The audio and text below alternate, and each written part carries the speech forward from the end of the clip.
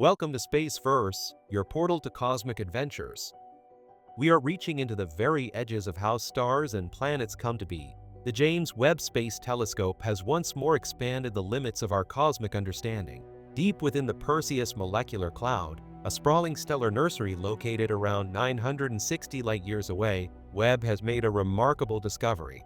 Inside the nebula called NGC 1333 lie 6 planetary mass objects, but they are nothing like the familiar world's orbiting stars. Instead, these are free-floating wanderers, lonely drifters moving through the galaxy without the light or pull of a parent sun to anchor them. Each of these newly discovered worlds is immense, ranging between 5 and 10 times the mass of Jupiter. To put that into perspective, these objects are true giants, far bigger than anything in our own solar system except for the Sun. Yet they are alone, wandering endlessly through the darkness. And in an even stranger twist, one of them appears to be surrounded by a disk of gas and dust, the very kind of disk that might eventually form moons or perhaps even tiny mini-planets of its own. A starless planet, building its own little system. It's an idea that challenges almost everything we thought we knew about planetary formation. This is not Webb's first encounter with free-floating planets. Back in 2023, astronomers using the telescope uncovered around 40 binary pairs of rogue gas giants in the Orion Nebula. That discovery stunned scientists. Planets drifting not alone, but in pairs, bound only by their mutual gravity. But what makes the Perseus discovery unique is that these 6 giants are loners.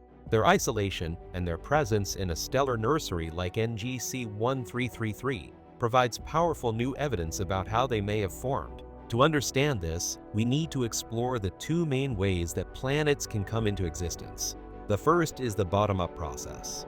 This is the story of our own solar system. Billions of years ago, the Sun was surrounded by a swirling disk of gas and dust. Over time, tiny particles within that disk stuck together, slowly building larger and larger bodies. Rocks became planetesimals, planetesimals grew into protoplanets, and eventually full-fledged worlds like Earth, Jupiter, and Saturn emerged. This is how most planets orbiting stars are thought to form. The second method, however, is quite different. Known as the top-down process, it describes the way stars themselves form. A clump of gas collapses under its own gravity, condensing into a dense object. If the clump is massive enough, it ignites nuclear fusion and becomes a star. If not, it still condenses into a planet-like object. The key difference here is that instead of being built from the ground up, piece by piece, the object collapses all at once. Now here is where the Webb discovery gets fascinating. Although the telescope is sensitive enough to detect rogue planets smaller than 5 times the mass of Jupiter, it did not find any in NGC 1333. That absence is crucial.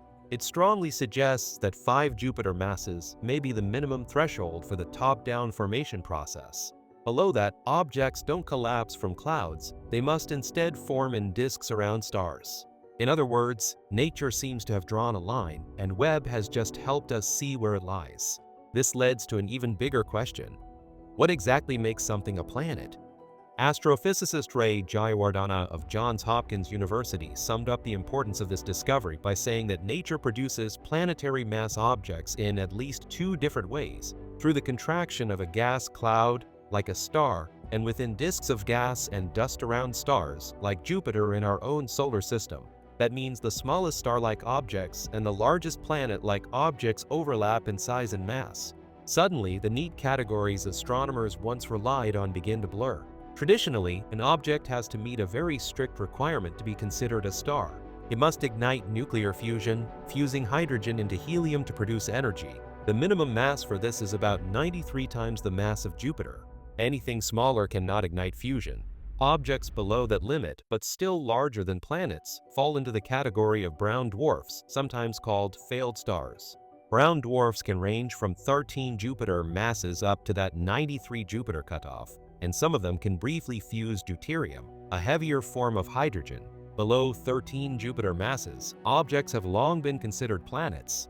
But Webb's new discoveries complicate this picture. The rogue worlds in Perseus formed just like stars and brown dwarfs, collapsing out of interstellar clouds.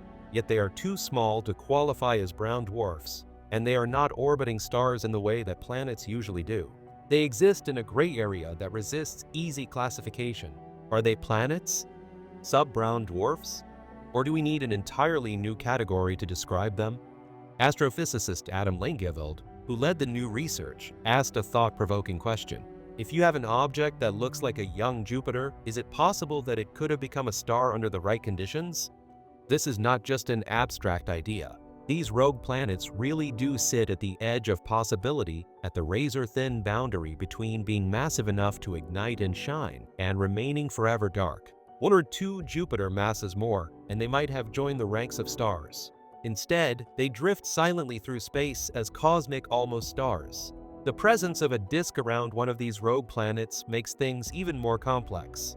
That disk appears to be the birthplace of moons or perhaps miniature planets. But if such objects form, what do we call them? Are they moons if their parent body does not orbit a star? Or are they tiny planets in their own right, companions to a larger rogue world? The universe does not pause to respect our definitions, and discoveries like this force us to rethink how we classify celestial bodies.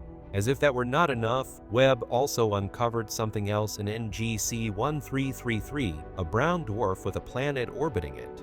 Such pairings are rare, as brown dwarfs are usually found alone. In this case, scientists suspect the system formed the way binary stars do, through a collapsing cloud that split into two pieces. One fragment became a brown dwarf, and the other became a planet mass companion. Once again, nature demonstrates its creativity, producing systems that defy expectations. Ray Jayawardena captured the spirit of these discoveries perfectly when he said, "The diversity of systems that nature has produced is remarkable and pushes us to refine our models of star and planet formation. Indeed, these findings remind us that our theories must bend to fit the universe, not the other way around."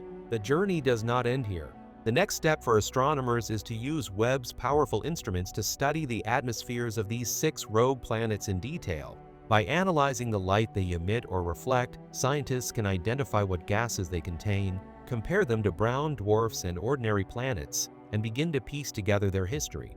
Every spectrum of light captured by Webb holds the potential to reveal how these objects formed, what they are made of, and how they relate to stars and planets across the galaxy. In the end, these lonely wanderers are not just oddities. They are keys to understanding some of the most fundamental questions in astronomy: how planets and stars form, where is the line between them, and how many of these hidden giants are roaming the galaxy unseen. Perhaps there are countless rogue worlds drifting silently in the dark, some with moons or even systems of their own. Perhaps, on a distant moon around a starless planet, life could even find a way to emerge. For now, what we know is this: the James Webb Space Telescope has shown us that the universe is far more creative than we once believed. By revealing 6 giant planets adrift in the Perseus molecular cloud, Webb has blurred the boundaries between planets and stars, between categories we thought were clear, and between what we thought was possible and what truly exists. The universe does not care about our labels. It only cares about creation in every form it can imagine. And with every discovery, Webb continues to show us just how imaginative the cosmos really is. As we look at these wandering giants in the Perseus molecular cloud, we are reminded that the universe is never simple. It's full of mysteries that blur the lines between planets and stars, order and chaos, definitions and reality. The James Webb Space Telescope is peeling back the layers of that mystery, showing us that even a planet without a sun can tell us something profound about how everything in the cosmos is born. If you enjoyed this journey into the strange world of rogue planets, make sure to stay with us here on Spaceverse. Together, we'll keep exploring the unknown, uncovering the secrets of galaxies, stars, and worlds adrift in the dark. Until next time, keep your eyes on the skies, because out there, among the stars and the shadows, the universe is always writing new stories for us to discover.